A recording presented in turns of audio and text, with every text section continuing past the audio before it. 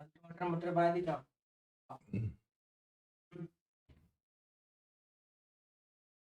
भुजिया बनते इधर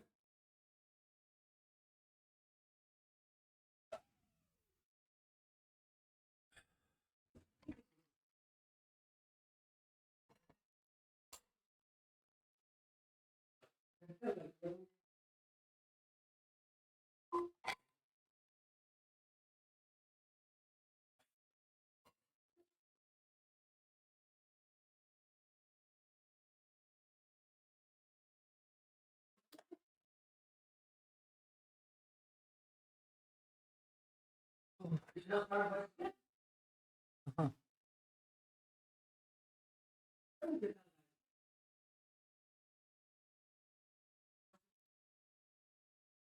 2000 2000 साढ़े छः चार चार 14 मतलब 1700 तो यही हो गया। 4 4 10 4 14 15 साढ़े 1500 का तो ट्यूबलाइट हो गया।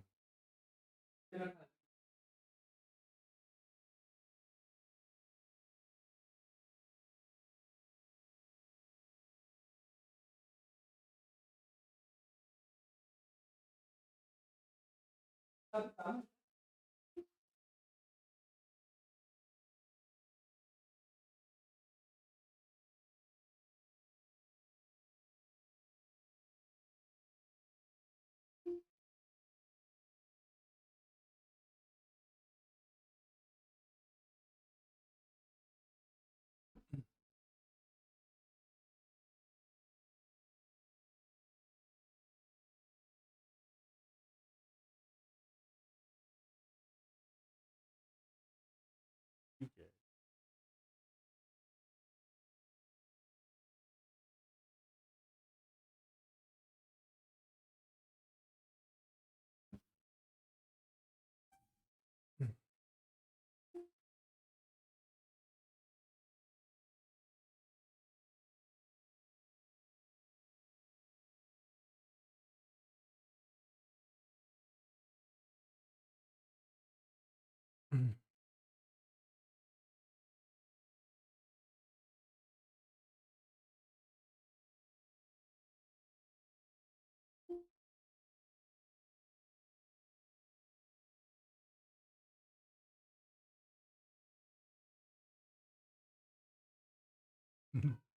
रोहित सही में आ गया।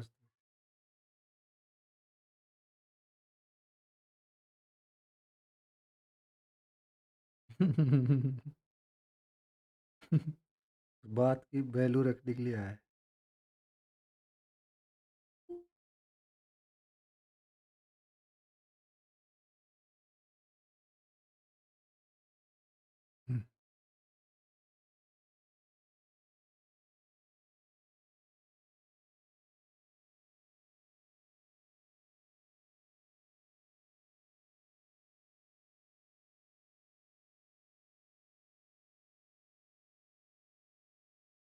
रोहित चौहान भी आ गया।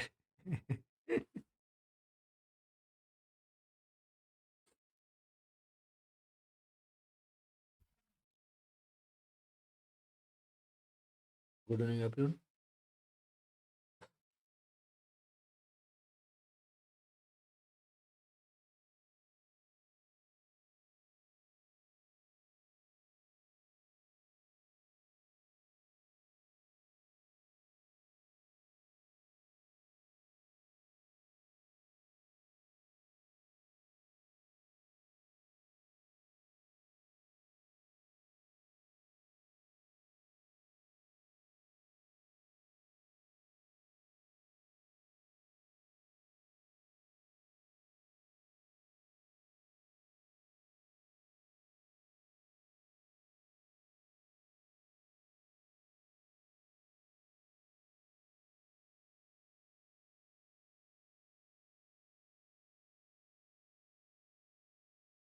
गुड इवनिंग यार।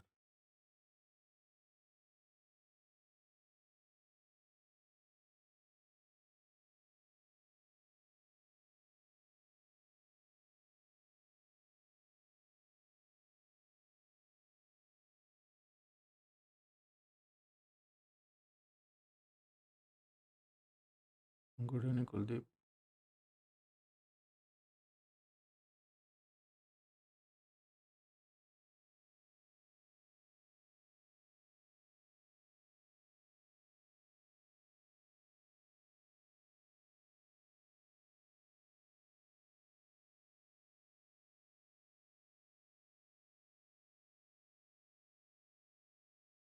बता रहे हो कि धमकी दे रहे हो?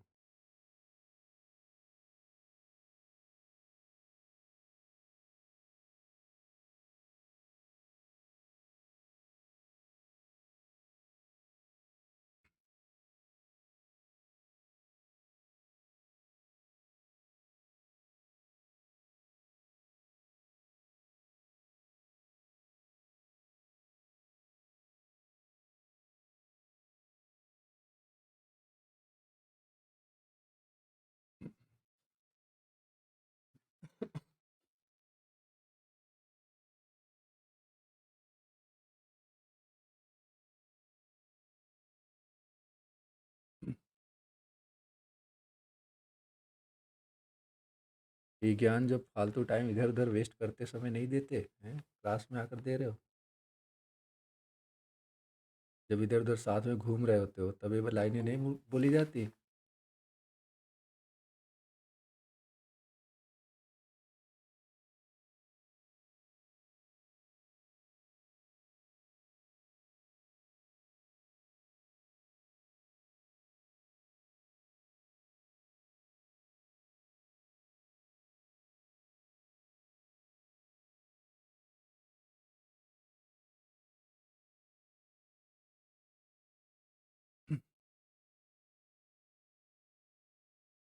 चलो ठीक है। देखो यार, इंडक्टर के बारे में देख रहे थे अपन। ठीक है, तो इंडक्टर बेसिकली हो गया था हमारा। इंडक्टर के बारे में मतलब जो मेन मेन फार्मूले हैं, चलो एक बार मैं वैसे ही रिकॉल पूछ लेता हूँ आपसे। ठीक है, ताकि पता चले कि हाँ याद हुआ है या नहीं हुआ। देखो, अ, अगर इंडक्टर के बारे में बात करें तो इंडक्टर में एल की एक फॉर्मूला हुआ करता था। एल का in the terms of flux and current. बोलो क्या था वो? Inductor formula in the terms of flux and current. Very good. N phi upon I. ठीक है, एन फाई अपॉन आई। दूसरा एक था नंबर ऑफ टर्न्स के फॉर्म में, एक था नंबर ऑफ टर्न्स के फॉर्म में। That is what? N square upon L into mu naught mu R into A. ठीक है, एक ये फार्मूला था सोलेनॉइड का। डन। उसके बाद तीसरा फार्मूला क्या था? तीसरा क्या था इंडक्टर के लिए? वोल्टेज अक्रॉस इंडक्टर क्या था यार, बताओ जल्दी। वोल्टेज अक्रॉस इंडक्टर क्या था? वोल्टेज अक्रॉस इंडक्टर क्या था? L D I by D T. ठीक है, और अगर बात करें करंट की, तो करंट थ्रू द इंडक्टर क्या था?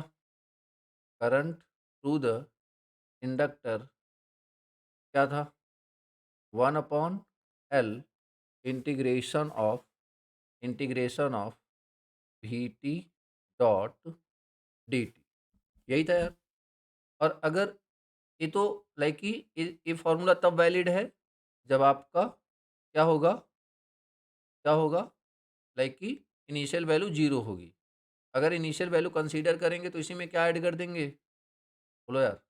इनिशियल वैल्यू कंसीडर करेंगे तो इसी में क्या कर देंगे, I L zero minus like कि इनिशियल वैल्यू, ठीक है। बाकी जो रिमेनिंग रहेगा 1/L, जीरो से T into V T dot D T, ठीक है। ओके, उसके बाद नेक्स्ट फार्मूला क्या था हमारा, एनर्जी बताइए। एनर्जी इन द इंडक्टर क्या था, हाफ हाफ, बोलो यार, हाफ एल आई स्क्वायर, ठीक है, half L I square, done. और अगर बात करें पावर की, तो पावर की बेसिकली क्या थी, V into I, and V equal to what, L D I by D T, और आई की जगह सिंपली आई टी, ठीक है। तो ये हमारा इंस्टेंटेनियस पावर था।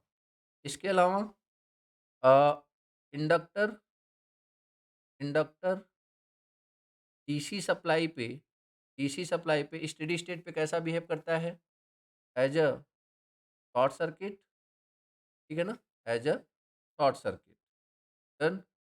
और अगर कोई बोले कि inductor inductor at very high frequency, या फिर inductor omega equal to infinite पे कैसा बिहेव करेगा, ओमेगा इक्वल टू इन्फानाइट पे कैसा बिहेव करेगा, anyone, that is open circuit, that is open circuit. क्यों, क्योंकि ओमेगा की वैल्यू इन्फानाइट रखोगे तो एक्सेल क्या हो जाएगा, इन्फानाइट। और इन्फानाइट रिएक्ट, इन्फानाइट इम्पीडेंस मतलब क्या होता है, open circuit short circuit. Infinite impedance मतलब क्या होता है, open circuit short circuit, that is open circuit, ठीक है। Okay, inductor does not allow sudden change in current और voltage, inductor does not allow sudden change in current और voltage, sudden change in current, ठीक है। And what is the time constant of RL circuit, what is the time constant of RL circuit, that is that is L by R, ठीक है।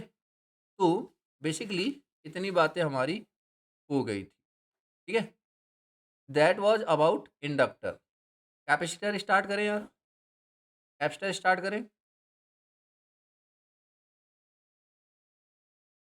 ठीक है, that is capacitor. तो capacitor के बारे में डिटेल में पढ़ते हैं हर एक चीज़, ठीक है।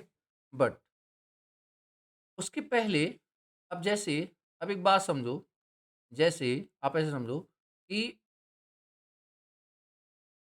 यहाँ पे, यहाँ पे अगर मैं, देखो, अगर मैं बात करूँ,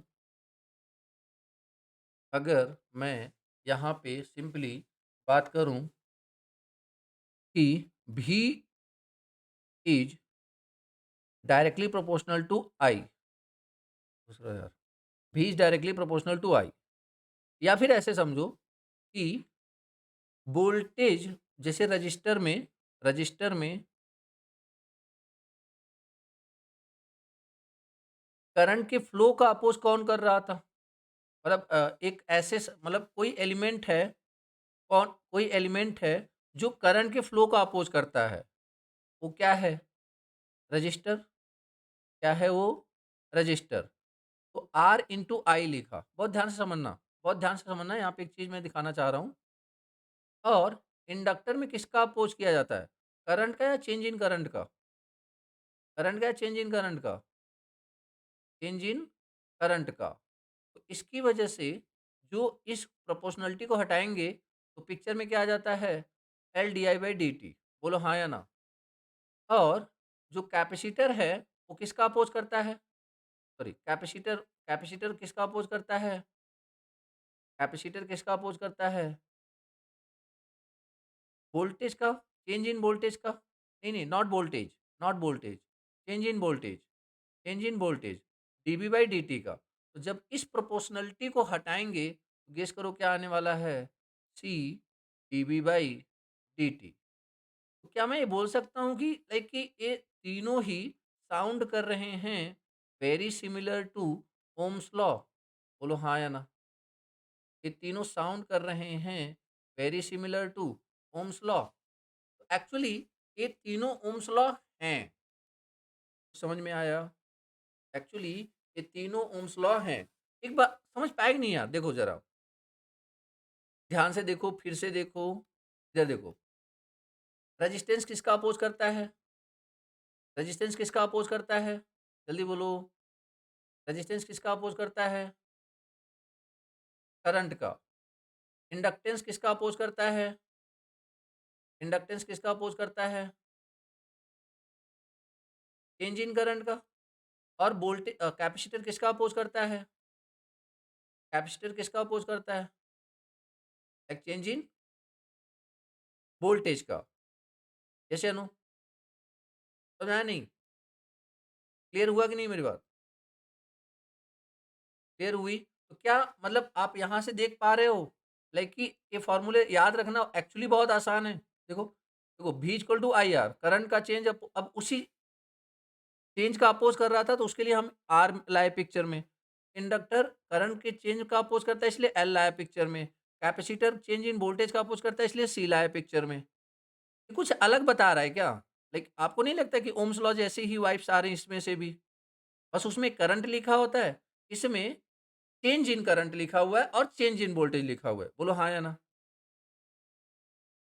आप लोग रिलेट कर पा रहे हो ना इसे? इससे चीजें हमें याद रखने में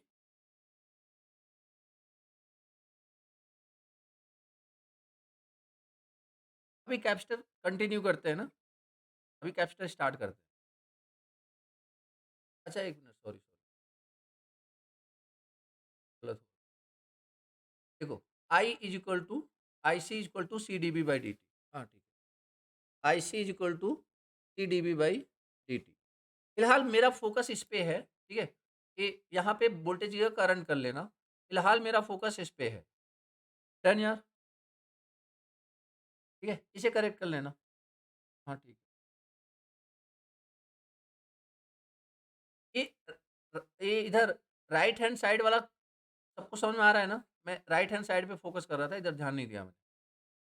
डन यार?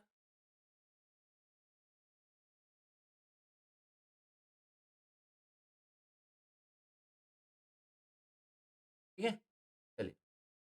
अब आ जाते हैं कैपेसिटर पे। मतलब लाइक रजिस्टर समझ चुके हैं, इंडक्टर समझ चुके हैं। अब बात करते हैं कैपेसिटर पे। अब हम बात करते हैं कैपेसिटर पे, ठीक है? तो कैपेसिटर है क्या? कैपेसिटर है क्या? जैसे हमने इंडक्टर को बहुत तरीके से समझने की कोशिश करी थी, इन द सेम मैनर हम यहाँ पे कैपेसिटेंस या कैपेसिटर को भी समझने की कोशिश करेंगे। बहुत ध्यान से सुनना, काफ़ी कुछ चीज़ें आपको लाइक कि पता चलने वाली हैं। कैपेसिटर और क्या? कैपेसिटेंस एंड कैपेसिटेंस, ठीक है? तो कैपेसिटर क्या है? Capacitor is a device. Capacitance क्या है? Capacitance is a property. बोलो हाँ या ना? ये बात सबको समझ में आ रही है? Capacitor is a device and capacitance is a property. Capacitor is a device, capacitance is a property. अभी थोड़ा सा क्लियर नहीं हुआ, कोई बात नहीं, और समझो। कैपेसिटर एक ऐसा डिवाइस है बेसिकली जो कि क्या करता है? Store it store electric field. It store electric field inside it. Capacitor is a device which store electric field inside it. Capacitor is a device which store electric field inside it. समझ में आया? मतलब क्या बोलना चाह रहा हूँ? मतलब ये बोलना चाह रहा हूँ कि सपोज़ अगर कोई कैपेसिटर है ना, सपोज़ दिस इज़ कैपेसिटर, तो ये जो कैपेसिटर है, इसके अंदर इस वाले एरिया में यहाँ पे जो इलेक्ट्रिक फील्ड होगा that is zero non zero, zero non zero, electric field non zero. तभी स्टोर कर रहा है मतलब नॉन ज़ीरो हो गया ना? बोलो हाँ या ना? अगर कोई कैपेसिटर इलेक्ट्रिक फील्ड स्टोर कर रहा है मतलब that value is what? Zero non zero,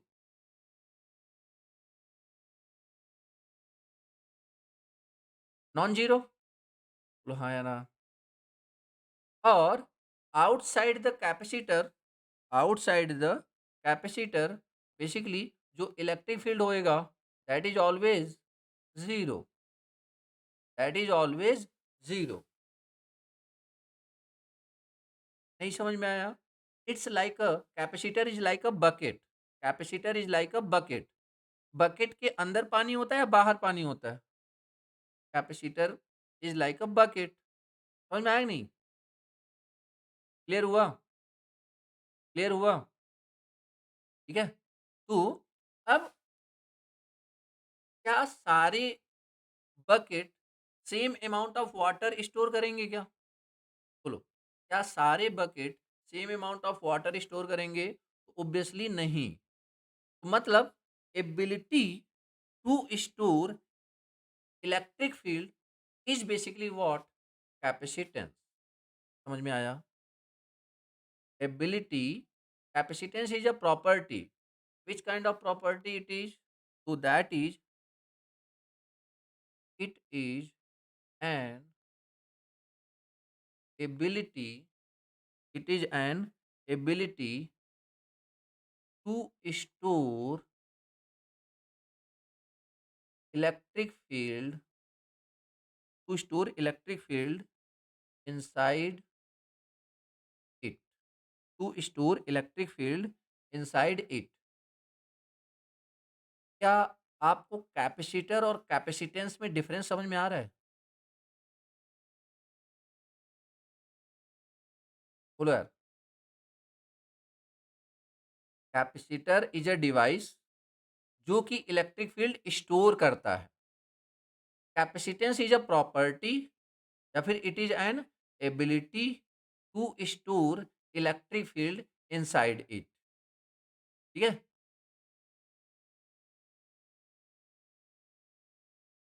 अब एक सिंपल कैपेसिटेंस का सिंपल सा मतलब है क्या? लाइक यू कितना ज़्यादा स्टोर करेगा, जिसकी कैपेसिटेंस की वैल्यू ज़्यादा, जिसकी कैपेसिटेंस की जैसे अगर मैंने सी लिखा, सपोज मैंने लिखा सी, इसका मतलब आप क्या समझ रहे हो? ये किसको रिप्रेजेंट कर रहा है, कैपेसिटर को या कैपेसिटेंस को? ये डिवाइस को रिप्रेजेंट कर रहा है या प्रॉपर्टी को रिप्रेजेंट कर रहा है? जल्दी बोलो। सी डिवाइस को रिप्रेजेंट कर रहा है, प्रॉपर्टी को? वेरी गुड, प्रॉपर्टी को रिप्रेजेंट कर रहा है। इसको प्रॉपर्टी को रिप्रेजेंट कर रहा है। आई बात समझ में? तो एक सिंपल सी बात बताओ, अगर कोई बोले कि what is capacitance, what is capacitance, capacitance is basically what? Capacitance is basically what?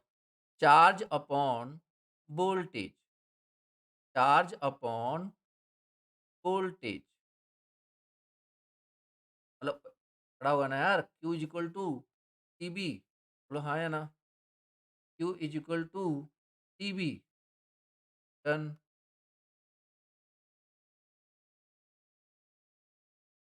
Clear है?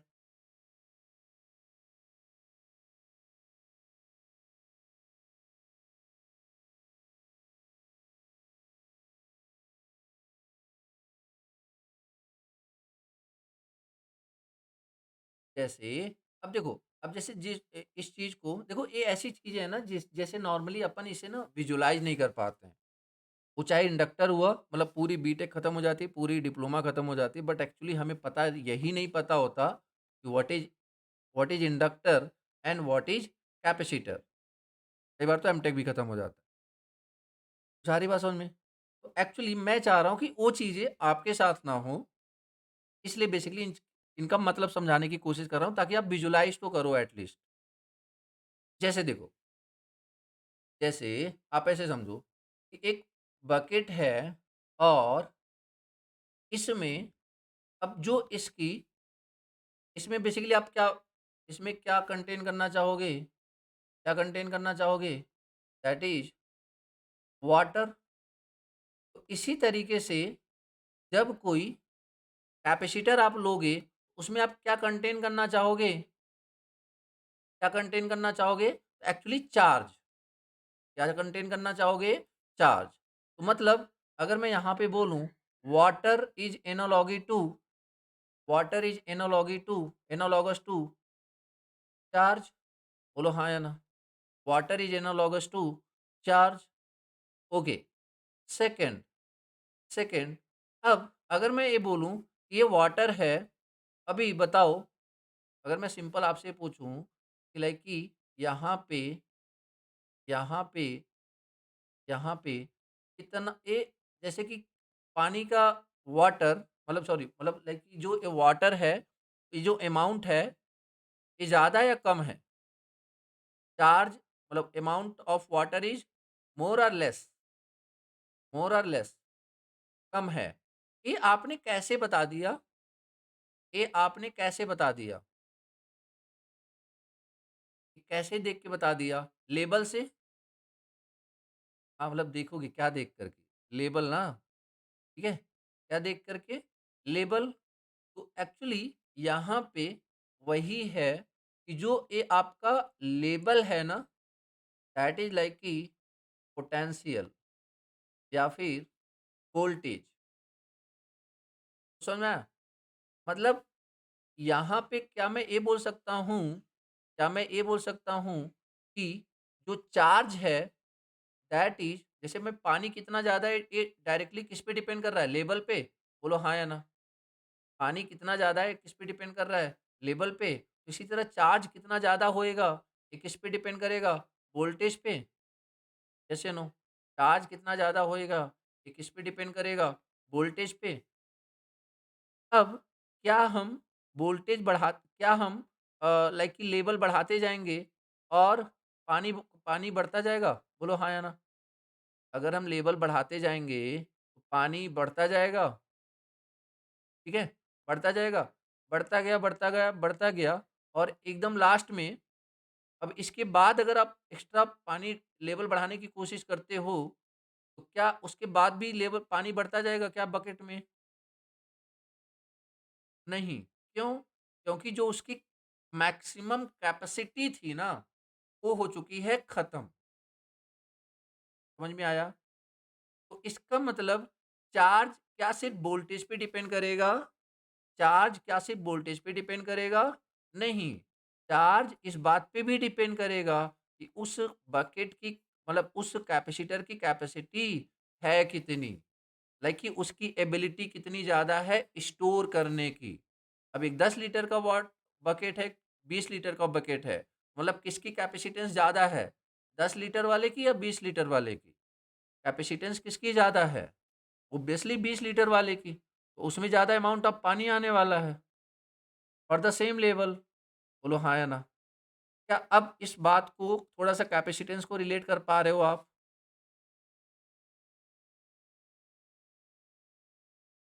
ठीक है यार?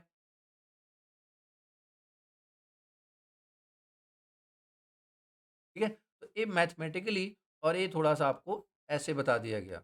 चलिए आगे बढ़ते हैं। तो क्या बात हुई कि charge is directly proportional to बोलो, चार्ज कितना ज़्यादा स्टोर होगा ये किस पे डिपेंड करेगा? सप्लाई वोल्टेज पे सप्लाई वोल्टेज पे और इस प्रोपोर्शनैलिटी को हटाएँगे तो बेसिकली क्या होने वाला है? C into V। अब याद करो ज़रा या फिर सिंपली मैं इसे with respect to time differentiate करूँ दोनों साइड को, तो dq बाई dt और C dv बाई dt दोनों साइड डिफरेंशिएट किया। dq बाई dt क्या होता है? जल्दी बोलो। dq बाई dt क्या होता है? That is current that is current. तो करंट किसमें? Capacitor current through the capacitor and current through the capacitor का फॉर्मूला क्या हो जाएगा? C D B by D T. बोलो हाँ या ना? करंट थ्रू द कैपेसिटर का फॉर्मूला क्या हो जाएगा? C D B by D T. इतनी बात क्लियर है क्या हमें?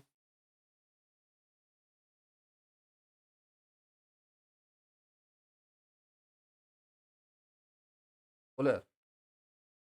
अब यहीं से अगर I C equal to C D B by D T की बात करें, अभी मैंने क्या निकाला? करंट थ्रू द कैपेसिटर या voltage through the capacitor, voltage across the capacitor? बोलो यार।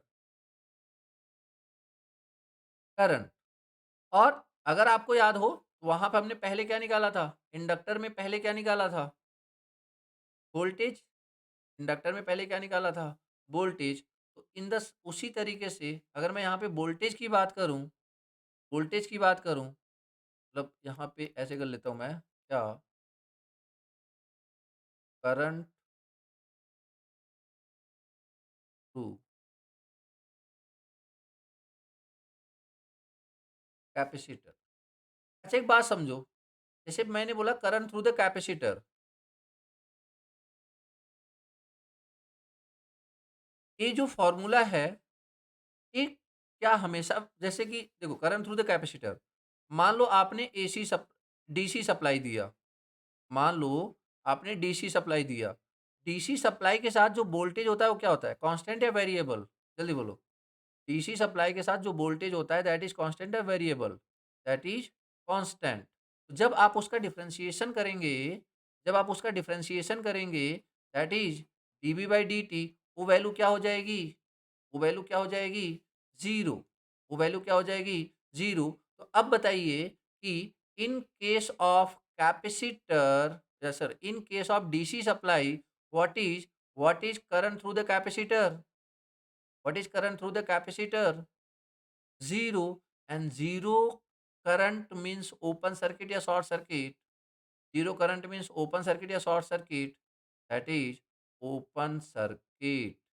ये बात हमें क्लियर है? मतलब डीसी सप्लाई पे स्टेडी स्टेट पे कैपेसिटर कैसा बिहेव करेगा? डीसी सप्लाई पे स्टेडी स्टेट पे कैपेसिटर कैसा बिहेव करेगा? ओपन सर्किट या short circuit? As a open circuit. Clear बात? बोलो यार।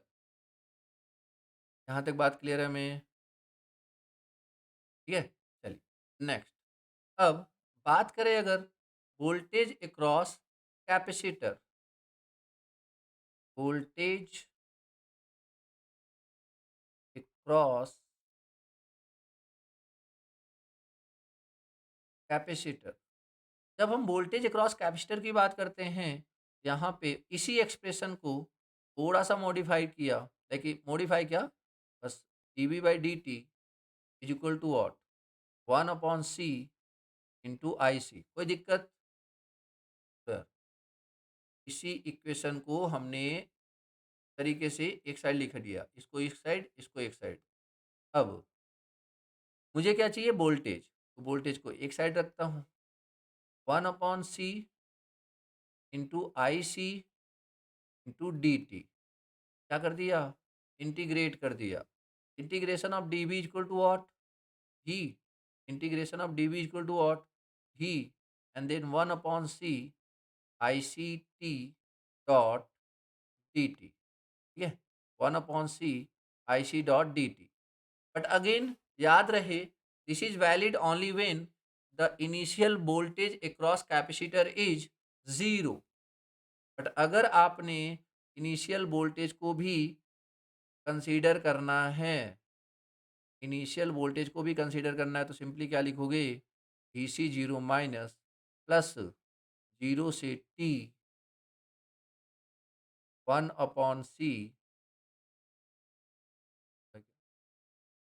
One upon C integration of I C dot D T. ठीक है, ये तब जब आपके पास इनिशियल वैल्यू दी रहेगी।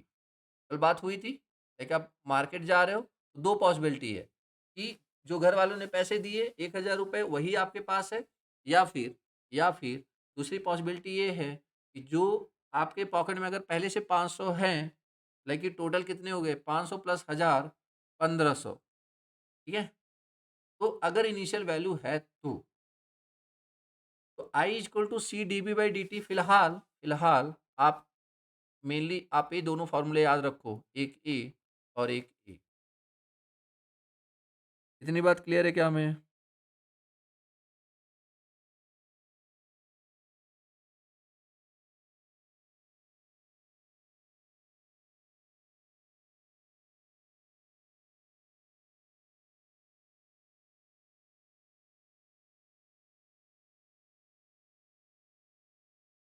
कोई ऐसा पोर्शन जो रिपीट करना है? नहीं समझ में आया हो? एनीवन?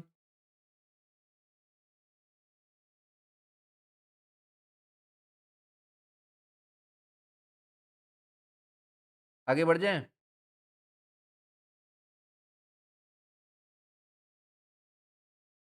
तो सिंपल, अभी जितनी भी पीछे बातें हुई हैं, हमें याद क्या-क्या रखना है? बस 1 लाइन, बस 2 लाइनें। क्या-क्या? क्या-क्या? बोल दो एक बार। What is current through the capacitor? What is current through the capacitor? IC is equal to, जल्दी बोलो। सिर्फ़ ये 2 लाइनें याद रखनी है।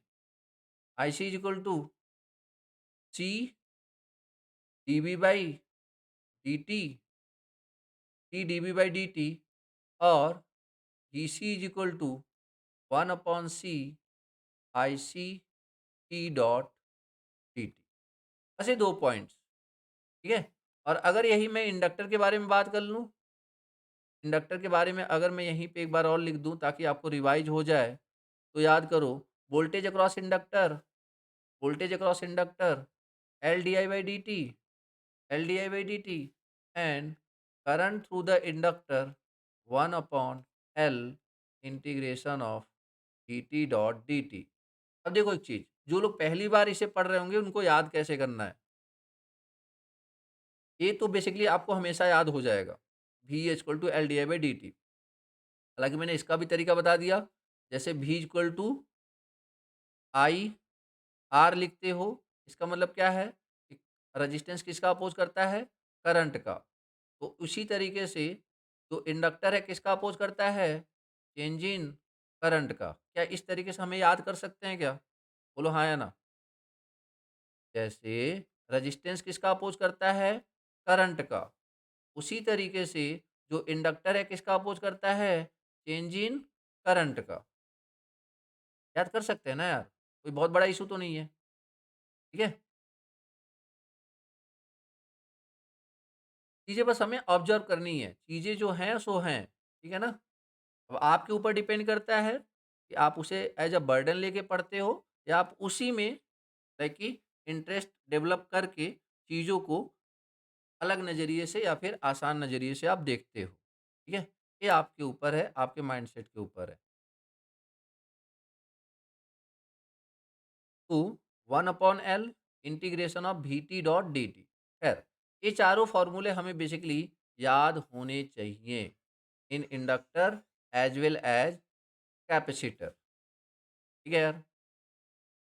हाँ, दूसरा क्या मैं बोल रहा था कि अगर आप मान लीजिए ये तो आपको याद हो गया, डन। अब इसी तरीके से यहाँ पे आईसी इक्वल टू सी, जो इंडक्टर के लिए वोल्टेज का फॉर्मूला, जिस फॉर्मेट में वोल्टेज का फॉर्मूला होता है इंडक्टर में, उसी फॉर्मेट में करंट का फॉर्मूला होता है कैपेसिटर में। ये दिमाग में बैठा लो, फिर से सुनो। जो फॉर्मेट में वोल्टेज का फॉर्मूला होता है इंडक्टर में, उसी फॉर्मेट में करंट का फॉर्मूला होता है कैपेसिटर में। अब जब आपको ये दोनों चीज़ें पता चल चुकी हैं, तो आपको ये भी पता, अब आप देखो 2 चीज़ें, या तो आपको इंटीग्रेशन आता हो थोड़ा बहुत, इंटीग्रेशन मतलब लाइक एकदम ही इंटीग्रेशन नहीं आता हो तो भी कोई बात नहीं, ये इंटीग्रेशन का साइन है इतना तो पता होगा, ठीक है? तो यहाँ पे जब डिफरेंशिएशन हो रहा था, तो उस टर्म से मल्टीप्लाई हो रहा था, और जब इंटीग्रेशन होगा तो उस टर्म से सेम टर्म से डिवाइड हो जाएगा।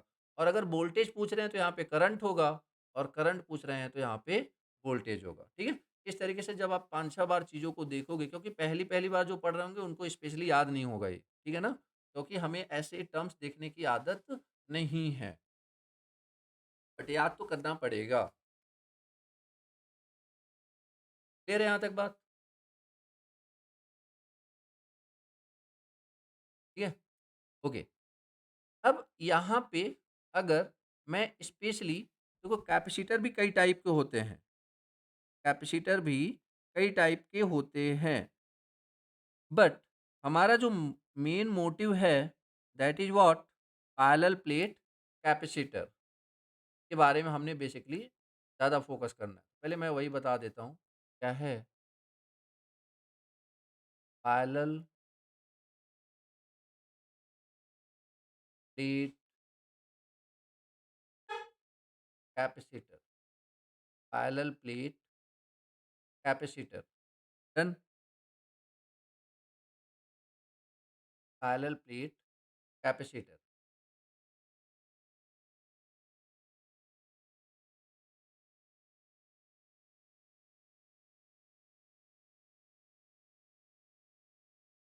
अच्छा, ये तो आपको लाइक कि साइड से दिखा रहा हूँ मैं, मतलब साइड व्यू। अगर आपको 3D में देखना है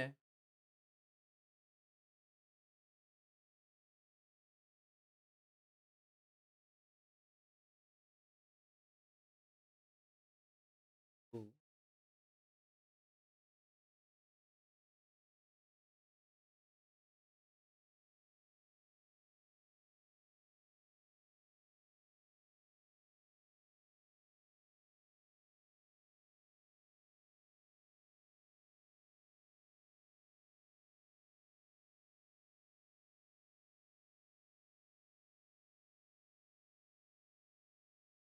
ये बेसिकली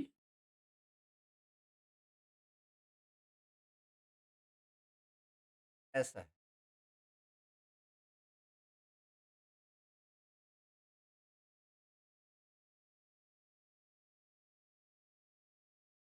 है, डन। देखो यार, अब यहाँ पे अगर चीज़ों को देखें, देखो ये क्या है, ये प्लेट है, ये क्या है, प्लेट। प्लेट मतलब कैसा प्लेट? हुँ,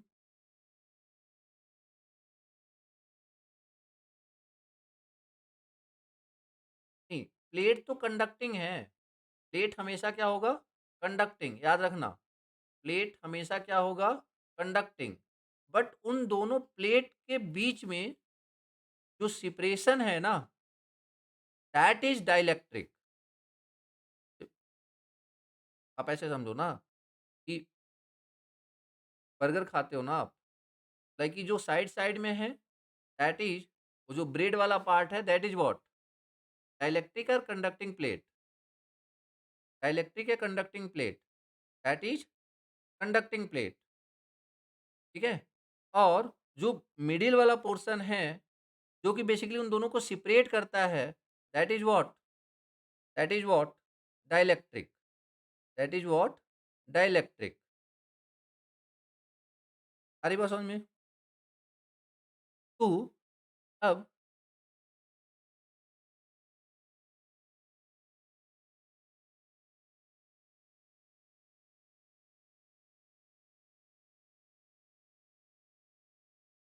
खा लो, बर्गर ही खा लो।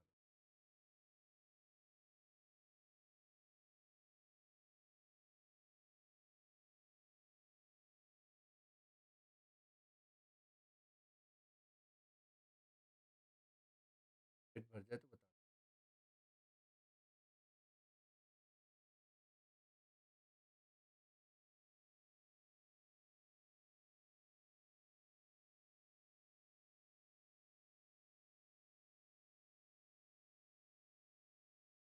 ओके, तो देखो यार, यहाँ पे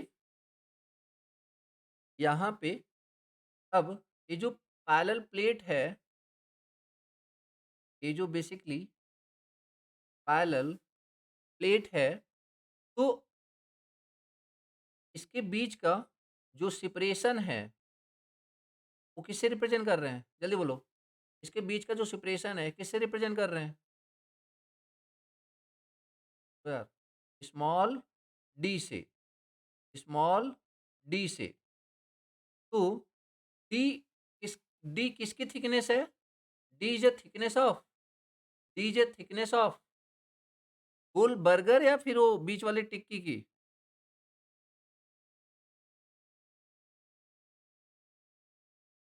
हाँ, समझ रहे हो कि नहीं? सिर्फ़ उस टिक्की की। पूरे पे मत जाना।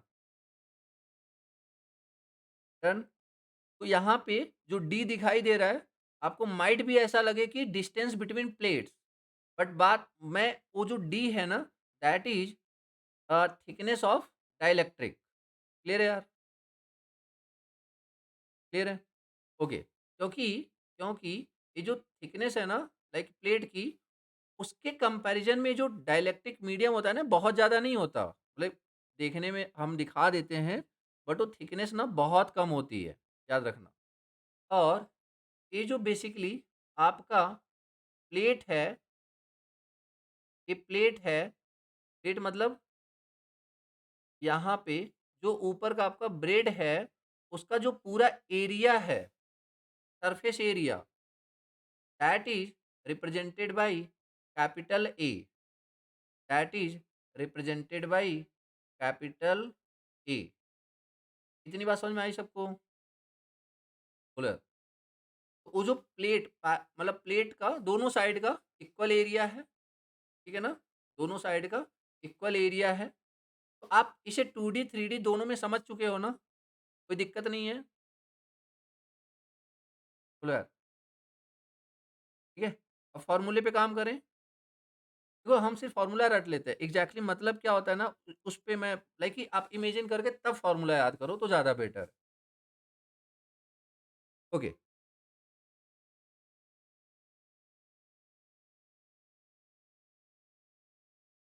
क्योंकि जो इंसुलेटर होता है ना, इंसुलेटर एक ऐसा मटेरियल होता है जो कि चार्ज को कंडक्ट ना करने की प्रॉपर्टी रखता है, ना कि उसे स्टोर करने की प्रॉपर्टी, ठीक है? हालाँकि कंडक्ट दोनों नहीं करते हैं, हालाँकि कंडक्ट दोनों नहीं करते, ना ही डाइलेक्ट्रिक कंडक्ट करता है, ना ही इंसुलेटर कंडक्ट करता है। बट जो डाइलेक्ट्रिक मटेरियल होता है उसकी storing capability, charge storing capability क्या होती है? अच्छी होती है, ज़्यादा होती है। हमें कैपेसिटर में चार्ज को फ्लो होने से रोकना नहीं, मतलब ऐसा नहीं कि सिर्फ़ इंसुलेट करना है, हमें क्या करना है? उसे स्टोर करना है, ताकि हम उसे यूज़ कर सकें। समझ में आया कि नहीं?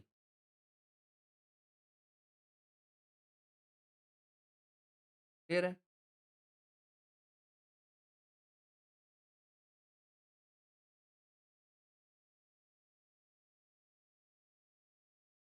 तो ये है। ख़ैर, तो देखो यार, अब यहाँ पे अब इसमें भी कई बार ऐसा करेगा ना, कई बार देखो एग्ज़ाम में क्वेश्चन पूछा भी है जेईई में, क्या करेगा? कि आपको एरिया नहीं देगा, आपको एरिया नहीं देगा, क्या दे देगा? इसकी विड्थ दे देगा और देखिए डब्लू, और इसकी क्या दे देगा? लेंथ दे देगा। इसकी क्या दे देगा? लेंथ दे देगा। जो एरिया हो जाएगा वो बेसिकली क्या हो जाएगा? W into L. ऐसे भी न्यूमेरिकल आएँगे, याद रखना। कुछ आई बात समझ में? आपको पता है कि फ़ॉर्मूला आपने ए रटा हुआ है, बट हो सकता है एरिया में, मतलब उस एरिया को, मतलब ए की वैल्यू डायरेक्ट ना दे, बेसिकली क्या दे दे? Width and length. तो आप एरिया निकाल सकते हो ना? बोलो हाँ या ना? क्लियर है? तो मतलब सारे सिचुएशन के लिए प्रिपेयर रहो। अब प्रॉब्लम क्या होती है ना, हमने याद कर लिया होता है। अब अगर सिर्फ़ ये डायग्राम आपके दिमाग में है, तो क्या आपको लगता है कि आपको लगेगा कि इसकी कोई लेंथ और विड्थ हो सकती है? बोलो। इस डायग्राम को देख कर के क्या आपको इमेजिन कर सकते हो कि इसकी कोई विड्थ या फिर कोई लेंथ हो सकती है? बट इस डायग्राम से आपको समझ में आ रहा होगा कि लेंथ और विड्थ भी हो सकती है। यस या नो? ठीक है यार? चलिए, अब दूसरा समझिए। अब यहाँ पे एक होता है सरफेस चार्ज डेंसिटी, एक होता है सरफेस चार्ज डेंसिटी। नाम सुना है?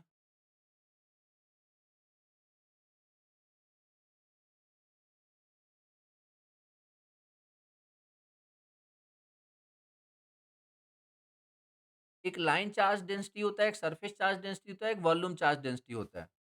ठीक है ना? जैसे देखो, मैं ऐसे समझा दूँ, शायद ज़्यादा समझ में आ जाएगा आपको। देखो, एक रॉड ले लो, एक रॉड पे एक रॉड पे बेसिकली क्या होता है, अगर इसमें सारा चार्जेस है और एक छोटे से पोर्शन का आपको चार्ज डेंसिटी बता दिया जाए, लाइक इसमें यूज़ करते हैं line charge density.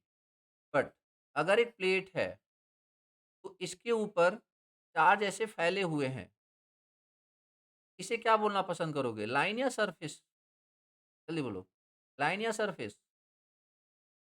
That is surface. और एक लाइक की आप ऐसे समझो, एक कोई क्या बोल सकते हो आप, समझो वाटरमेलन है, वाटरमेलन।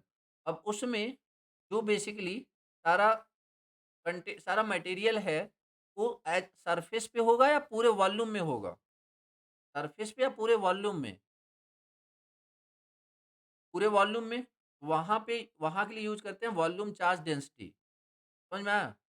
एक सिंपल सी लाइन के लिए, रॉड के लिए लाइन चार्ज डेंसिटी, एक सरफेस के लिए सरफेस चार्ज डेंसिटी और एक कंप्लीट मटेरियल के लिए वॉल्यूम चार्ज डेंसिटी। तो आप बताओ यहाँ पे आप कौन-सा टर्म यूज़ करना चाहोगे? लाइन, सरफेस या वॉल्यूम? इस पॉइंट पे कौन-सा चार्ज? Obviously surface. क्या बात हमें क्लियर है?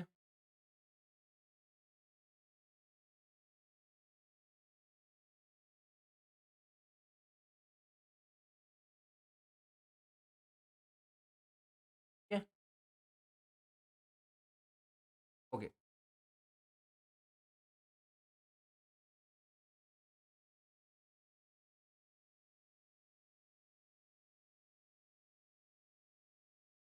डन यार? खैर, तो अब देखो, जो कैपेसिटेंस यहाँ पे अगर बात करें हम कैपेसिटेंस की, कैपेसिटेंस का फ़ॉर्मूला क्या होता है? बोलो, कैपेसिटेंस का formula in the terms of A and D क्या होता है? कैपेसिटेंस का formula in the terms of A and D क्या होता है?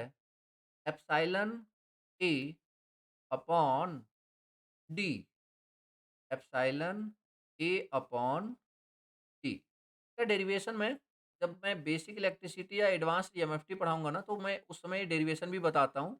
बट अभी के लिए बेसिक लेवल पे वो थोड़ा-सा ज़्यादा हो जाएगा, ठीक है ना? तो इसलिए अभी उसे थोड़ा-सा अवॉइड कर रहा हूँ, वरना इसका डेरिवेशन भी बताता हूँ मैं। C equal to epsilon A upon D। Capacitance equal to, मतलब एक तरीके से देखा जाए तो कैपेसिटेंस किस पे डिपेंड कर रहा है? कैपेसिटेंस किस पे डिपेंड कर रहा है, उस बात को समझते हैं। तो C capacitance is what? Device और property. Capacitance is what? Device or property? That is property. Epsilon A upon D. अब बहुत ध्यान से समझो, इसका मतलब समझो आप, ताकि आपको इंसुलेशन का मतलब भी समझ में आ जाए, इंसुलेटर का। पहला टर्म क्या है हमारा?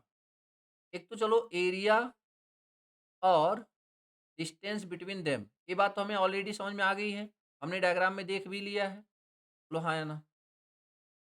मतलब capacitance is directly proportional to area.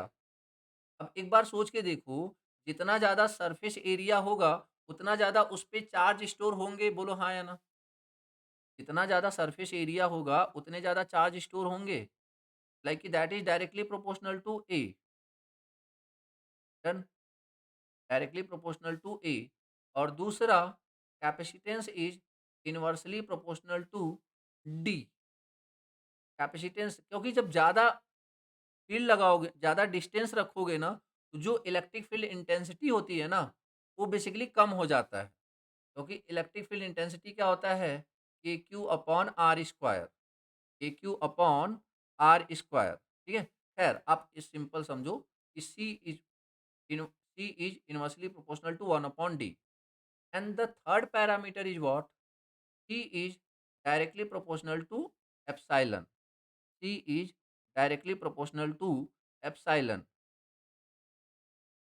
अब देखो जरा, अब ये थोड़ा सा आपको अजीब लग रहा होगा, तो जब आपको अजीब लग रहा है, तो मैं थोड़ा-सा ऐसे चीज़ से कंपेयर करता हूँ जो जिससे आप फ़ैमिलियर हो। R is directly proportional to length, बोलो हाँ या ना? बोलो यार। R is directly proportional to length, R is inversely proportional to A, याद आ रहा है? R equal to rho L upon A, फिर वहीं पे आ गया था R is directly proportional to rho. बोलो हाँ या ना? तो कहने का मतलब कि रेजिस्टेंस सिर्फ मटेरियल वायर के मटेरियल पे डिपेंड करता था क्या? क्या किसी वायर का रेजिस्टेंस सिर्फ वायर के मटेरियल पे डिपेंड करता था? Obviously answer is no. क्योंकि अगर सिर्फ मटेरियल वायर पे ही डिपेंड करता तो लाइक इट फिर यही वाला एक्सप्रेशन होता ना सिर्फ। बोलो हाँ या ना? R is directly proportional to rho. ठीक है? तो अच्छा, यहाँ पे जो कैपेसिटेंस है that is directly proportional to epsilon. अभी रो था क्या? What was rho there? What was rho there? That is resistivity. That is resistivity. Resistivity is a property. Resistivity, हाँ, स्पेसिफिक resistivity बोल सकते हो। Resistivity एक एक प्रॉपर्टी थी जो कि बेसिकली ये बताती थी कि एक कितना ज़्यादा फ्लो का अपोज करने वाला है करंट का। यस या नो? मतलब चार्ज के जो फ्लो है उसका कितना ज़्यादा अपोज करने वाला है। बहुत ध्यान से समझो। ये जो रजिस्टिविटी थी और वो जितना ज़्यादा होगा, नो डाउट वो जितना ज़्यादा होगा, नो डाउट उतना ज़्यादा रेजिस्टेंस होगा। ठीक है? अब इस पे सुनो, ये क्या है? इसको बोलते हैं परमिटिविटी। को क्या बोलते हैं? परमिटिविटी। ठीक है? अब परमिटिविटी होता क्या है? What is permittivity? What is epsilon? Epsilon is epsilon naught into epsilon R. तो देखो, परमिटिविटी इज़ द एबिलिटी या फिर परमिटिविटी इज काइंड ऑफ कि डाइलेक्ट्रिक स्ट्रेंथ बोल सकते हो। मतलब ये उस मटेरियल की कितनी ज़्यादा डाइलेक्ट्रिक स्ट्रेंथ है। अब डाइलेक्ट्रिक स्ट्रेंथ का मतलब क्या हो गया? अब इसको थोड़ा इन डेप्थ समझने की कोशिश करना पड़ेगा आपको। एक बात बताओ, आप क्या चाहते हो कि मैं इस पॉइंट पे, मैं इस मटेरियल पे ढेर सारा चार्ज रखूं? आप कैपेसिटर से उम्मीद क्या कर रहे हो? बस ये समझो आप ये चाहते हो कि इस कैपेसिटर पे, इस प्लेट पे मैं ढेर सारा क्या रखूँ? लाइक कि चार्ज रखूँ और ये चार्ज इस साइड ना जाए। बोलो हाँ या ना? ये चार्ज उस साइड ना जाए।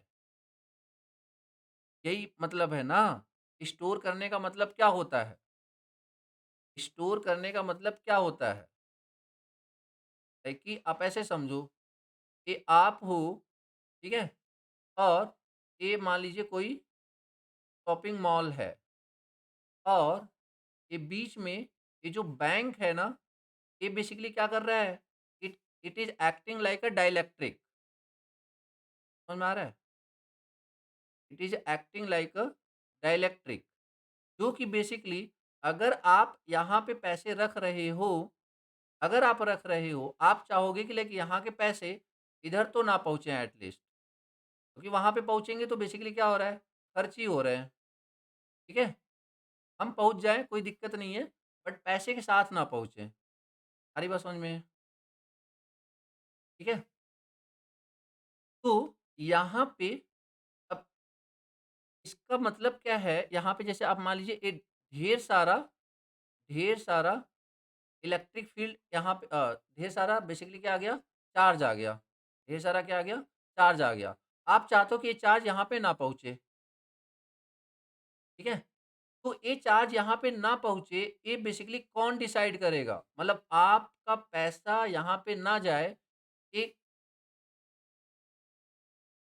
कैसे, मतलब कौन चीज़ इसे रोकेगा? मतलब आप पैसे लेकर के मॉल में ना जाओ, शॉपिंग मॉल में, ये कौन रोकेगा? आपका खुद का दिमाग, मतलब सेल्फ कंट्रोल, यस या नो? सेल्फ कंट्रोल, समझने की कोशिश करो थोड़ा-सा। सेल्फ कंट्रोल, हाँ, चलो पापा समझ लो तुम्हारे लिए पापा ही। अरे सुन लो यार, पहले रिलेट कर लो, फिर जो मर्जी बोलते रहना। सेल्फ कंट्रोल रोकेगा? अब एक बात बताओ कि 10 लोग हैं, क्या दसों लोग का सेल्फ कंट्रोल सेम होगा क्या? बोलो, क्या दसों लोग का सेल्फ कंट्रोल सेम होगा? लाइक कि हो सकता है किसी को थोड़े से पैसे मिल जाएँ और वो तुरंत निकाल के पहुँच जाए। हो सकता है किसी को 1 लाख मिले तब वो जाके पहुँचे। हो सकता है किसी को 10 लाख अकाउंट में आ जाए तब जाके पहुँचे। तो ब बेसिकली किसको आप अच्छा मानोगे? जिसका सेल्फ कंट्रोल ज़्यादा है? बोलो हाँ या ना? जिसका सेल्फ कंट्रोल ज़्यादा है, लाइक जो 10 लाख के बावजूद नहीं पहुँच रहा है। इन द सेम मैनर यहाँ पे ढेर सारा चार्ज हो जाए तब भी ना पहुँचे, और जैसे वो बंदा जिसका सेल्फ कंट्रोल ज़्यादा है, उसकी जो परमिटिविटी है ना, actually that is very high. समझ में आया कुछ? मतलब एक ऐसा मटेरियल जो कि इस प्लेट के चार्ज को उस प्लेट तक ना पहुँचने दे, एक ऐसा मीडियम, एक ऐसा डाइलेक्ट्रिक मीडियम जिस मतलब dialect permittivity is a property of any dielectric medium, जो कि एक प्लेट के चार्ज को दूसरी प्लेट के चार्ज पर जाने से रोकता है। समझ में आया? तो आप एक कैसा मटेरियल लेना चाहोगे? एक ऐसा मटेरियल जिसकी डाइलेक्ट्रिक स्ट्रेंथ या परमिटिविटी ज़्यादा है, या एक ऐसा मटेरियल जिसकी डाइलेक्ट्रिक या परमिटिविटी कम है, डाइलेक्ट्रिक स्ट्रेंथ या परमिटिविटी कम है? ऑब्वियसली हाई ना, ठीक है? क्या आपको डाइलेक्ट्रिक या परमिटिविटी का फिजिकल सिग्निफिकेंस समझ में आया? एक है क्या वो?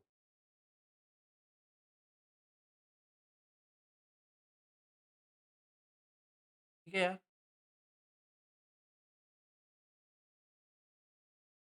हाँ, मतलब कितना capability to store the charge, अगर इन शॉर्ट टर्म बोलें, तो कितना ज़्यादा देर तक उसे होल्ड कर पाएगा ना, ये बेसिकली अब ये तो मटेरियल पे डिपेंड करता है। हाँ या ना? यार 10 लोग हैं, 10 लोग हैं, अब 10 लोगों का लाइक कि अगर लाइक कि सिंपल आप 10 लोग हो, तो 10 लोग का वेट लगभग आस-पास ही है ना? एक ऐसा तो है नहीं, मतलब लाइक कि सब लगभग सेम दिख रहे हो। अब ये तो उस सेल्फ कंट्रोल वाली बात, वो तो माइंड वाली बात हो गई ना, कि आपका खुद पे कंट्रोल कितना है। तो साइज़ पे डिपेंड नहीं कर रहा है यहाँ पे। यहाँ पे उस मटेरियल की स्ट्रॉन्ग, कितना ज़्यादा स्ट्रॉन्ग पावर है, चार्ज को ना जाने मतलब पास ना होने की, उस पे डिपेंड कर रहा है, ना कि उसके साइज़ पे डिपेंड कर रहा है। ठीक है यार? मतलब ये परमिटिविटी की बात कर रहा हूँ मैं। डन? तो epsilon naught is what? That is absolute absolute permittivity, और एप्सिलॉन आर क्या होता है? That is relative permittivity, relative permittivity. ठीक है यार? Absolute permittivity and relative permittivity. What is the value of absolute permittivity? That is 8.854 into 10 के power -12, ठीक है? Farad per metre, farad per metre.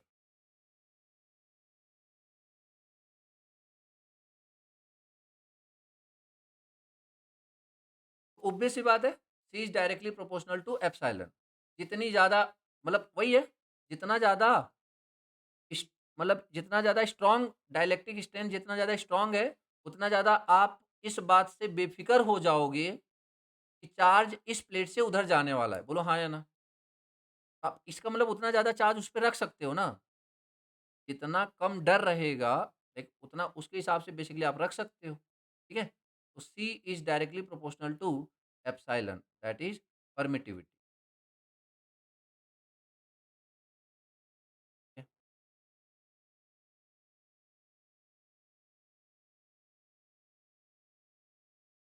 खैर, आगे बढ़ते हैं यार।